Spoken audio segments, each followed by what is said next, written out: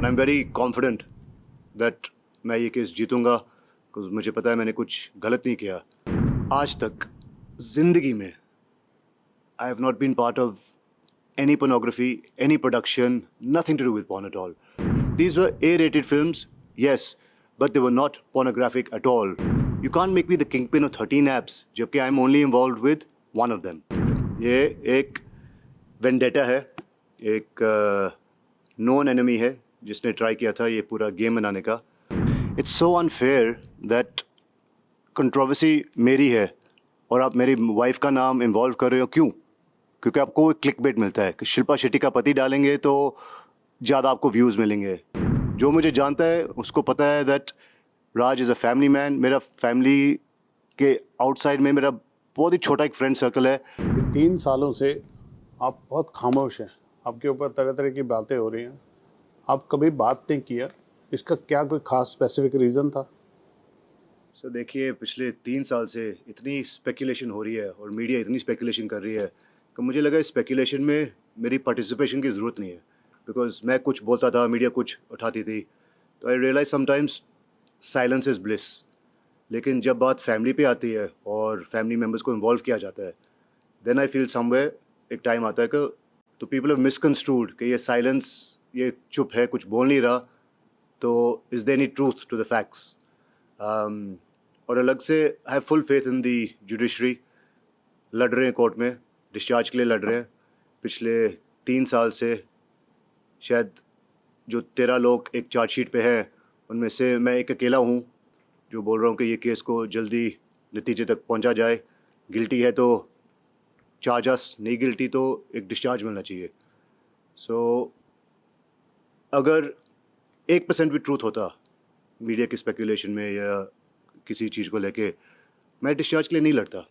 आपको पता ही है इंडिया में आप केसेस लोअर कोर्ट से चलाते हो, फिर सेशंस, फिर हाई कोर्ट, फिर सुप्रीम कोर्ट. खींचने में तो मैं 25-50 साल खींच लूँगा, लेकिन आई वांट जस्टिस. और ये 3 साल से मैं इस जस्टिस के लिए लड़ रहा हूँ. मुंबई पुलिस ने आपके ऊपर एफआईआर की, आपको अरेस्ट भी किया था, बाद में उसमें जमानत मिल गई. कितने दिन आप प्रिजन में रहे थे? मुझे 63 डेज़ रखा गया अंदर. और ये एक डिटेंशन सेंटर होता है. पहली बात तो सबको लगता है कि Arthur road jail is the full and final jail. ये डिटेंशन सेंटर है जहाँ पे जब उनकी इंक्वायरी चल रही होती है, they need to make sure कि कुछ फैक्ट्स और विटनेसेस के साथ टैम्पर ना किया जाए. तो दे कीप यू देयर. एक बार चार्जशीट सबमिट हो जाता है तो फिर then you can apply for your bail. तो आई थिंक इतना ही मेरे लिए कहना काफ़ी है कि जो बेल मुझे मिली, अगर आप बेल का ऑर्डर पढ़ते हो जिसमें किसी का एलिगेशन नहीं है मेरे ऊपर, तो वो समझ आ जाता है दैट आधी जीत तो उसी में थी. 63 डेज़ रखने के बाद बेल मिलना would have been impossible if there were any truth to the matter. So I thank the judiciary system. Faith reiterate हो गया थोड़ा सा और. बड़ा ही मुश्किल टाइम था वो 63 डेज़ बिना फैमिली निकालना. और जैसे मैं बोल रहा हूँ, मैं कोर्ट में लड़ रहा हूँ and I am very confident that मैं ये केस जीतूंगा बिकॉज मुझे पता है मैंने कुछ गलत नहीं किया. बट मेरे वो 63 डेज़, मेरी रेपुटेशन, मेरे फैमिली पे एलिगेशंस, मेरे पे एलिगेशंस, वो कभी वापस नहीं मिलेगा ना. वो रिस्पेक्ट जो उस टाइम पे खोई हमने, that was very painful. I don't know what to say. वो 63 डेज़ कभी वापस मिलने नहीं वाले and we have to keep fighting. But I am just hoping कि ये सब होने के बाद अगर जस्टिस इज सर्व्ड और ट्रूथ बाहर आता है तो आई बी रियली हैप्पी. आपके ऊपर एक बहुत बड़ा गंभीर आरोप लगा, आपको पॉर्न वीडियो मेकर बोला गया, पॉर्न वीडियो किंग बोला गया. कितनी सच्चाई है, क्या इसकी हकीकत है? आज तक ज़िंदगी में I have not been part of any pornography, any production, nothing to do with porn at all. तो ये जब एलिगेशंस बाहर आए तो it was very hurtful because कुछ फैक्ट्स तो होने चाहिए साथ में, कुछ एविडेंस तो होना चाहिए साथ में.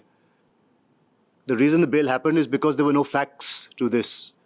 There was no evidence.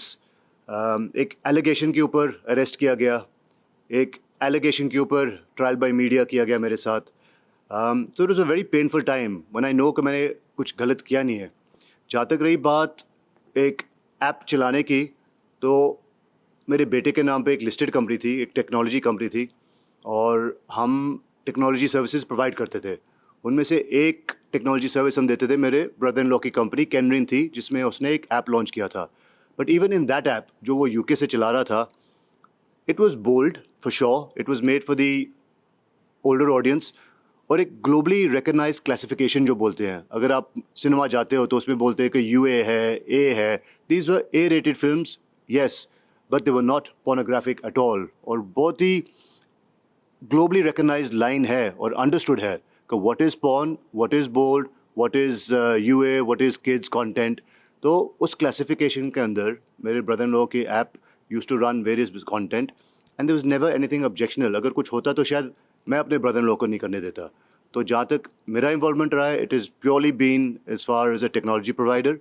और ऐसा कोई भी नहीं है पूरे हिंदुस्तान में, not a single allegation from any girl. बार बार ट्रोलर्स बोलते हैं कि आपने लड़कियों की लाइफ खराब की, ये किया। एक लड़की सामने आ जाए जो बोले मैं राज कुंद्रा को मिली हूँ या उनकी किसी मूवी में काम किया या राज कुंद्रा ने कभी किसी मूवी प्रोड्यूस किया है, कभी मुझे सेट पे देखा, कभी कोई प्रोड्यूसर बोल दे कि हाँ हमने राज के इंस्ट्रक्शन पे कुछ बनाया है। There are 13 people on the charge sheet. उस चार्ज शीट की खिचड़ी बनाई गई है और मीडिया क्या कर रही है कि Raj is kingpin of all 13 apps. I am involved the participation of software technology only with Kenrin, जो मेरे ब्रदर इन लॉ का ऐप था और उस ऐप में कुछ गलत नहीं चला रहा था।